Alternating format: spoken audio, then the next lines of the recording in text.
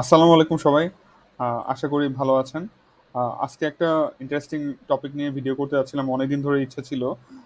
আজকে একটা ভালো সুযোগ এসেছে।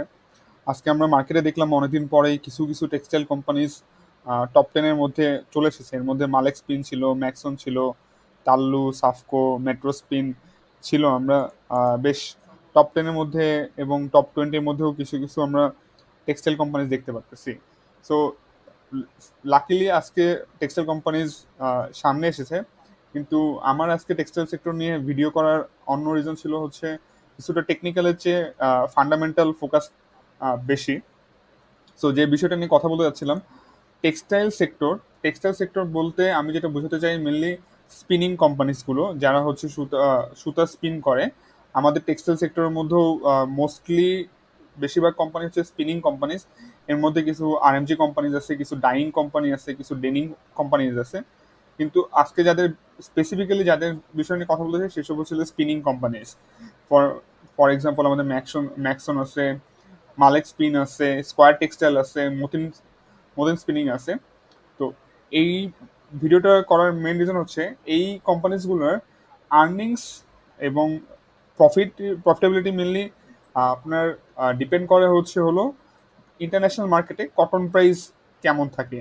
এবং আমরা গত 2 বছর যেটা দেখেছি যে ইন্টারন্যাশনাল মার্কেটে কটন প্রাইস মোটামুটি, যদি আমরা টেকনিক্যাল চার্ট দেখি কটন প্রাইসের ফিউচারের, তাহলে আমরা দেখবো যে 77 টাকা থেকে 88 টাকা এই রেঞ্জে হচ্ছিল ঘোরাফেরা করছে। এবং বর্তমানে আজকে কটন প্রাইস প্রায় 92 US ডলারে ক্লোজ করেছে। এবং এটা অ্যাজ হাই অ্যাজ 103 টাকা 104 টাকা পর্যন্ত ছিল এই জানুয়ারি থেকে মার্চ কোয়ার্টার পর্যন্ত।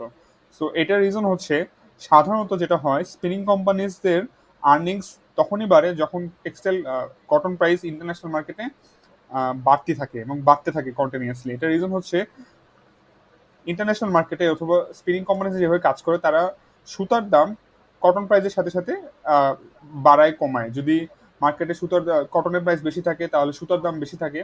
আবার কটনের প্রাইস যদি কম থাকে তাহলে সুতোর দামও বেশি থাকে। কারণ হচ্ছে যে তারা যেই র মেটেরিয়ালস গুলো থাকে রেগুলার তাদের প্রাইস করতে হয়। আহ, যারা 1 মাস আগে কটন তুলা কিনে সুতা বানাইছে, 1 মাস আগে যদি দাম বেশি থাকে, কিন্তু বর্তমানে যারা আবার এখন যদি দাম কমে যায়, যারা তুলা কিনে সুতা বানাবে তারা অবশ্যই মার্কেটে কম দামে সেল করবে। আবার উল্টাও হয়, যখন বেশি দাম থাকে তখন মার্কেটে যারা নতুন সুতা বানায় তারা বেশি দামে সেল করতে থাকে।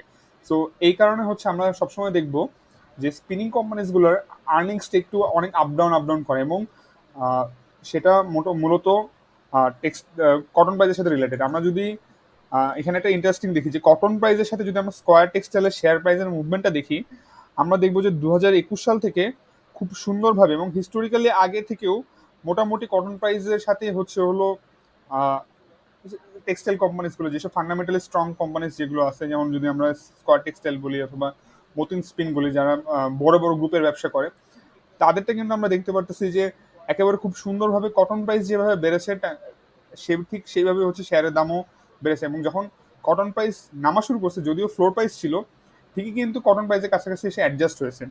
এখন যদি আমরা বর্তমানের টাইমের দিকে তাকাই, কটন প্রাইস কিন্তু বেশ ভালোভাবে বেড়ে গেছে লাস্ট 3 মাসে।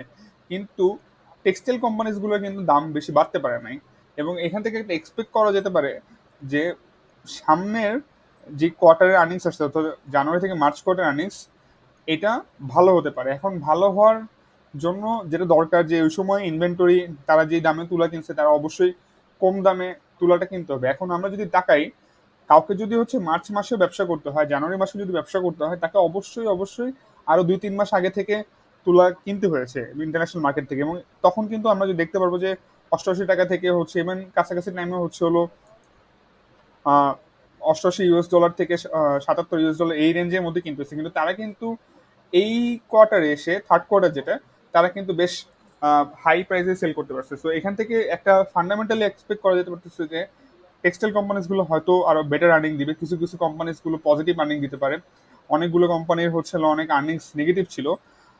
এটা হচ্ছে ইন্টারন্যাশনাল মার্কেট থেকে। আবার এখানে আরেকটা ডিফারেন্ট স্টোরিও আছে, সেটা হচ্ছে ইন্ডিয়ান মার্কেটে আপনার তুলার দামটা কিছু কমে গিয়েছিল তাদের প্রোডাকশন ভালো হওয়ার কারণে। এবং তারা হচ্ছে মার্কেট ক্যাপচার করার জন্য ইন্ডিয়ান মার্কেট থেকে মার্কেট ক্যাপচার করার জন্য তুলা একটু লো প্রাইসে সেল করছে, কিন্তু ইন্টারন্যাশনাল মার্কেটে মেইন ড্রাইভার ছিল হচ্ছে কটন প্রাইস বাড়ার কারণ।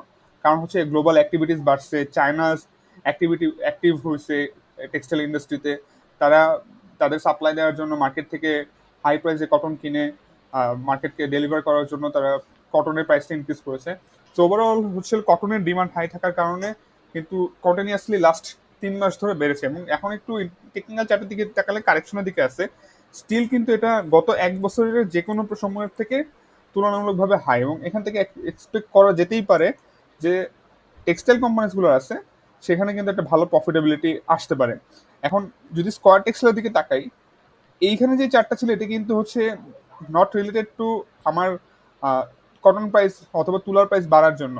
এটা রিলেটেড ছিল যে আমার ফ্লোর প্রাইস উঠানোর পরে হচ্ছে কিন্তু শার্প একটা ফলো ছিল, সেখান থেকে মার্কেট একটা রিবাউন্ড করেছে। এটা মার্কেটের সব শেয়ারে যারা ফ্লোরে ছিল সেগুলো করার পরে কিন্তু অটোমেটিক রিবাউন্ড করেছে। কিন্তু এইটার যে ফান্ডামেন্টাল রিজন যে আর্নিংস ভালো হতে পারে, আমার মনে হয় না এটা এখনো প্রাইসে রিফ্লেক্ট করেছে। আই থিঙ্ক যে গোয়িং ফরওয়ার্ড হয়তো গ্র্যাজুয়ালি রিফ্লেক্ট করবে। আমি এখানে পার্টিকুলারলি কোনো স্টক পিক দিতে যাচ্ছি না, জাস্ট একটা আপডেট এবং ওভারভিউ শেয়ার করতে যাচ্ছি যে টেক্সটাইল সেক্টর। এবং যদি টেক্সটাইল সেক্টরের দিকেও তাকাই আমরা, বেশ ভালোই অনেকদিন ধরে কারেকশন করেছে, প্রায় লং টাইম ধরে যদি দেখি যে আমরা 2022 সাল থেকে একটা কারেকশন মুডে আছে। এবং যদি টেক্সটাইল সেক্টর আরএসআই দিকে তাকাতে একটা বটম লেভেল হিট করেছে এবং বেশ বটমের দিকে আছে। সো ওভারঅল একটা শর্ট টার্ম হয়তো পজিটিভ পাওয়া যেতে পারে। এখন যদি আর্নিংস ভালো হবে এটার মানে এই না যে 2021 অথবা 20-21 সালের মতো হবে, কারণ আমরা দেখি যে 2021-22 সালের দিকে কিন্তু কটন প্রাইস হিউজ একটা ইনক্রিজ করেছিল।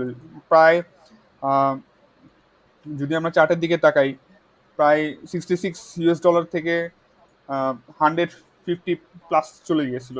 বাট এইবার কিন্তু সেরকম হয়নি, এবার জাস্ট একটা $10 একটা গ্যাপ হচ্ছে। কিন্তু যেহেতু স্পিনিং কোম্পানিজগুলো তাদের কস্ট ফিক্সড, আরএমজি কোম্পানিজের মতো হচ্ছে তাদের প্রোডাকশন বাড়াইতে হলে লোক বাড়াইতে হয় না। তারা 10 জন 100 জন যারা এমপ্লয়ি আছে সেটা দিয়ে তাদের ব্যবসা চালাতে পারে। তার জন্য 5 টাকাও যদি প্রফিট বাড়ে সেই 5 টাকায় কিন্তু তারা আবার ইপিএসে দেখাতে পারে। যদি আমি কিন্তু এটা ফান্ডামেন্টালি ভালো কোম্পানিজের কথা বলছি, এমন কোম্পানিজে বলছেন যাদের প্রোডাকশনের সমস্যা, বিজনেসের সমস্যা, গভর্নেন্স ঠিক নাই, এরকম না। কিন্তু যারা প্রপারলি আর্নিং রিপোর্ট করে, যেমন স্কয়ার টেক্সটাইল বলা যেতে পারে একটা ভালো গ্রুপের কোম্পানি, তাদের কিন্তু দেখা যায় যে খুব সুন্দরভাবে কিন্তু কটন প্রাইজের সাথে সাথে আর্নিংস আপ ডাউন করে। সো এই বিষয়টা হচ্ছে আমরা দেখতে পারি। আমাদের কটন প্রাইস যারা একটু টেকনিক্যাল ফলো করেন অথবা ইন্টারন্যাশনাল মার্কেট ফলো করেন, কটন ফিউচার যদি দেখি, কটন প্রাইস দেখি এবং কটন প্রাইসের নিউজ ঘাটাঘাটি করি, তাহলে একটা টেক্সটাইল সম্পর্কে একটা আউটলুক আমরা হয়তো পজিটিভ আউটলুক দেখতে পাচ্ছি সামনে। Thank you everyone.